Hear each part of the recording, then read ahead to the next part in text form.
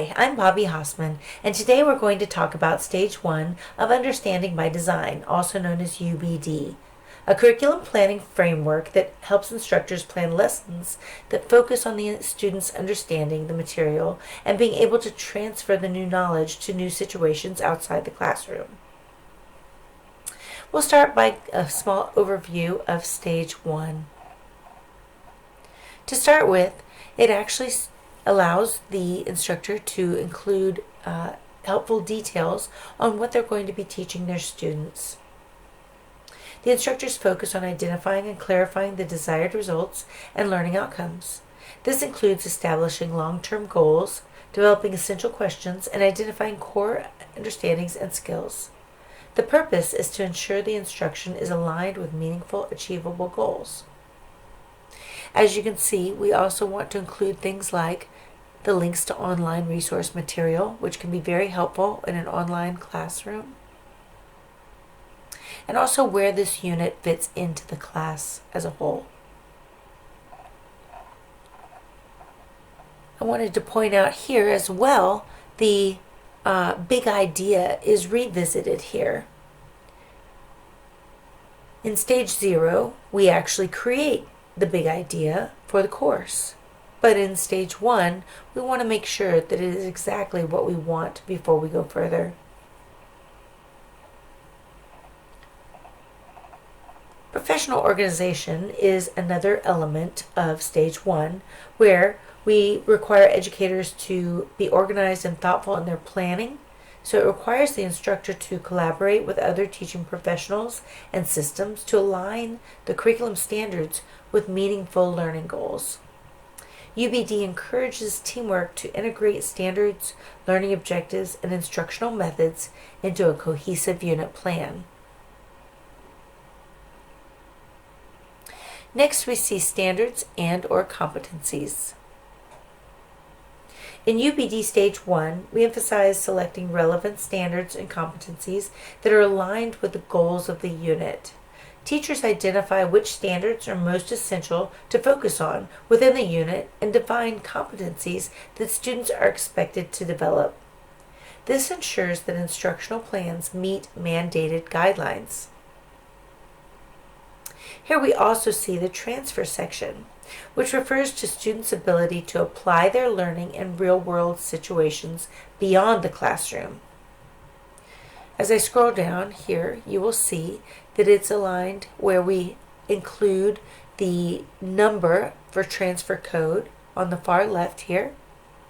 And on the far right, we have our competency codes that it is connected to. The transfer refers to students' ability to apply their learning in real-world situations beyond the classroom. In Stage 1, educators identify the critical skills and knowledge that students need to transfer to new situations. This ensures that learning is not isolated, but instead enables students to make connections and use their new knowledge in different scenarios. Next, we have meaning. And within meaning, we have both an essential questions section and an understanding section. The meaning component focuses on making the learning relevant and significant to students by addressing the why behind the content. This involves identifying core ideas and concepts that give the unit its importance, helping students grasp the value and implications of what they're learning. At the top here we have essential questions, which are open-ended, thought-provoking questions that drive inquiry and focused learning on big ideas. These questions encourage students to think deeply, explore various perspectives, and make connections across subjects. And yes, if in a class discussion, these might be the actual questions that may cause controversy. In Stage 1, essential questions are created to ensure deep understanding. Below, we have our understanding section. It is set up very similarly, where you have the understanding codes on the left to connect to the competency codes on the right.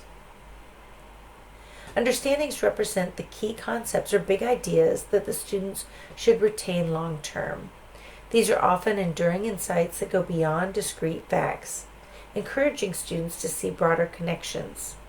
Teachers outline these understandings to ensure the units focus on deep, lasting comprehension of the material.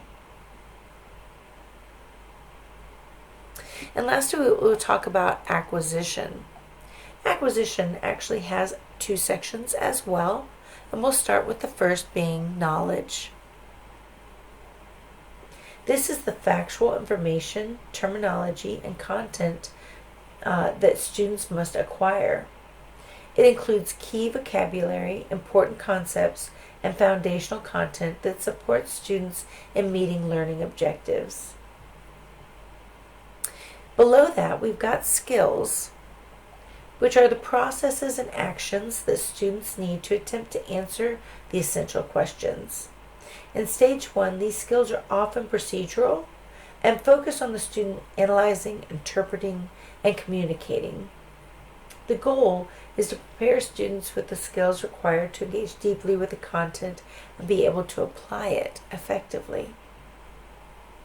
So as you can see, in Stage 1 of UbD's framework, we're designing a system to create a cohesive roadmap that helps educators prioritize learning outcomes, ensuring that each instructional decision is purposeful and aligned with long-term educational goals. So that about finishes up our discussion on Stage 1 of UbD. And we talked about how the Stage 1 is a planning platform where we're going to be including the different elements of our course to ensure that we go over all of the key components needed to ensure that this isn't just surface learning, but learning that actually is going to transcend into their real world situations. If you have any questions, reach out to your instructor. Thank you.